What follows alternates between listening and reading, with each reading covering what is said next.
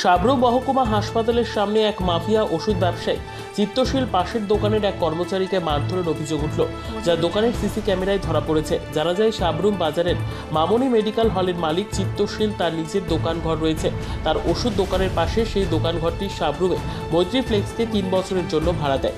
আর এই মৈত্রী ফ্লেক্সের মালিকের বাড়ি বিলোনিয়াতে এবং সেই দোকানে দেখাশোনা করে দোকানের কর্মচারী সতম ভৌমিক। তার দোকানে এসি মেরামতির বিষয় নিয়ে মাফিয়া দোকান মালিক ওষুধ ব্যবসায়ী চিত্তশীলের সাথে কথা বলতে গেলে চিত্তশীল তাকে বেধড়কভাবে মারধর করে।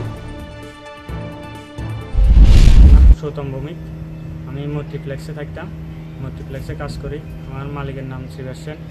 তো আজকে আমার মালিক নাই, তো কিন্তু জায়গার মালিক যে আছে চিত্তশীল, তাইনের সাথে আমার এসির সম্বন্ধে দু একটা কথা হয়েছিল।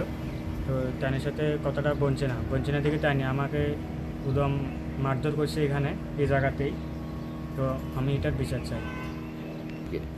আমার মালিকও কোনো কিছু করছে না, আমিও খারাপ কিছু করছি না। আমি শুধু বলছি যে আমাদের যে দোকানের এসিটা আছে, এসিটা ফিটিং করার জন্য ওইখানে মালিক বলছে ফিটিং করার জন্য, তো আমরা ওইখানে করতে চাইছিলাম। তো তাইনে তো জায়গার মালিক, তাইনে শুধু আইয়া কইছে যে জিনিসটা একটু দেখানোর জন্য।